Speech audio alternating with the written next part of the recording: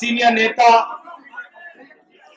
फारूक अब्दुल्ला जी, येचुरी जी, शरद यादव जी, राजा जी, Samajwadi party के नेता, बाकी पार्टियों के, टीडीपी के, सीपीआई के सब नेता, भाइयों और बहनों, आपका यहाँ बहुत बहुत स्वागत, नमस्कार।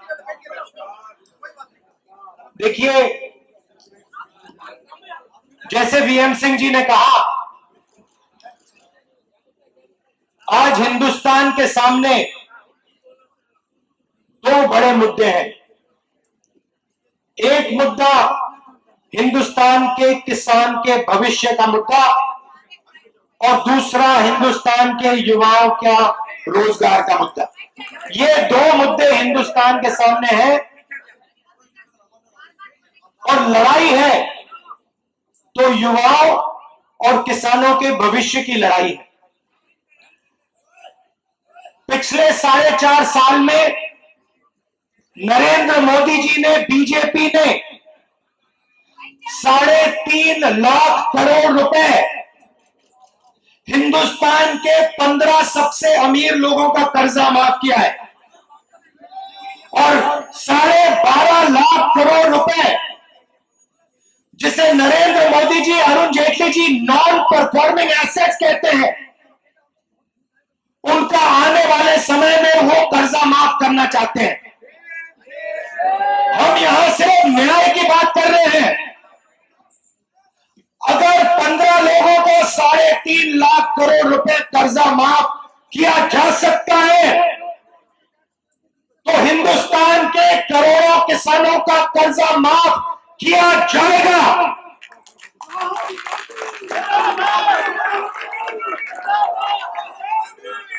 देखिए, हिंदुस्तान का किसान कोई तोहफा नहीं मांग रहा है, कोई फ्री गिफ्ट नहीं मांग रहा है, वो सिर्फ अपना हक मांग रहा है।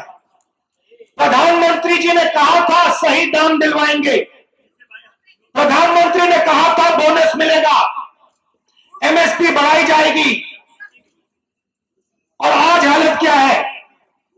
आप बीमा का पैसा देते हो, अनिल अंबानी जी की जेब में आपका पैसा जाता है। देश में डिस्ट्रिक्ट्स बांट रखे हैं, किसान ये भी नहीं चुन सकता है कि कौन सी कंपनी का बीमा ले। हिंदुस्तान को बांट रखा है, कहीं अंबानी को, कहीं अंडानी को। आपका कर्जा माफ नहीं किया जाता, आपको सही दाम नहीं दिया जाता और खोखले भाषण किए जाते हैं।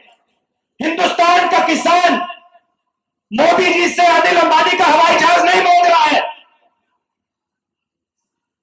मगर हिंदुस्तान का किसान यह कह रहा है अगर आप अनिल अंबानी को 30,000 करोड़ रुपए हिंदुस्तान की एयरफोर्स का पैसा दे सकते हो, अगर आप अपने 15 मित्रों को 3,50,000 करोड़ रुपए दे सकते हो, तो हमारी मेहनत के लिए, हमारे खून के लिए, हमारे पसीने के लिए भी आपको हमें कर्जा माफ करके देना ही पड़ेगा। और इसीलिए बाकी सब पार्टी के नेता यहां बैठे हैं। हमारी विचारधारा अलग हो सकती है, मगर किसान के भविष्य के लिए, युवाओं के भविष्य के लिए हम सब एक होकर स्टेज पे खड़े हैं। और नरेंद्र मोदी जी और बीजेपी से हम कहना चाहते हैं, देखिए, अगर हमें कानून बदलना पड़े, चीफ मिनिस्टर बदलना पड़े या प्रधानमंत्री बदलना पड़े, हम किसान का भविष्य बना के ही रखेंगे और हम 1 इंच पीछे नहीं हटने वाले हैं। आपको जो करना है करो। ये जो शक्ति यहां आई है, ये हिंदुस्तान के किसान की शक्ति है, हिंदुस्तान के युवाओं की शक्ति है। और ये जो आवाज उठ रही है पूरे देश में, मध्य प्रदेश में, छत्तीसगढ़, तेलंगाना, राजस्थान, हर प्रदेश में ये जो आवाज उठ रही है, ये हिंदुस्तान के किसान की और हिंदुस्तान के युवा की आवाज है और इसको आप चुप नहीं कर सकते हैं।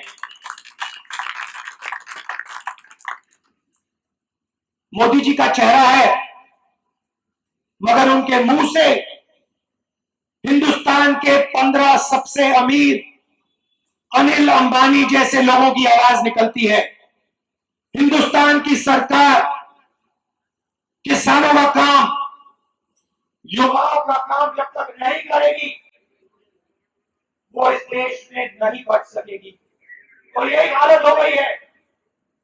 5 साल पहले हम सब ने कहा था, पीएम सिंह जी ने अभी बोला,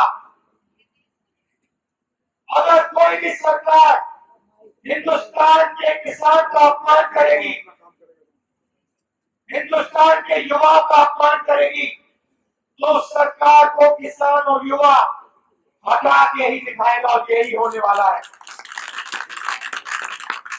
मैं आप सबको, हिंदुस्तान के किसानों को आश्वासन देना चाहता हूं, और मैं सिर्फ अपने ओर से नहीं बोल रहा हूं, सब नेताओं ने यही बात बोली है कि हम आपके साथ खड़े हैं, आप घबराइए मत।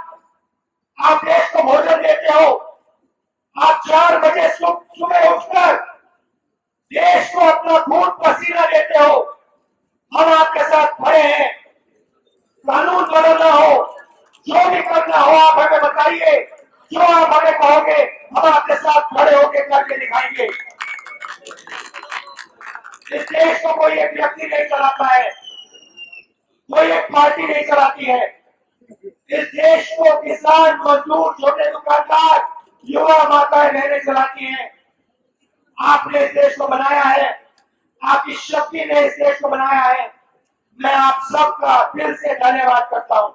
और जो सीनियर नेता यहाँ आए, आपको मैं कहना चाहता हूं, आप हिंदुस्तान के किसानों के साथ खड़े हैं, हम सब हिंदुस्तान के किसानों के साथ खड़े हैं। आपका भी मैं दिल से धन्यवाद करना चाहता हूं। नमस्कार, जय हिंद, जय किसान।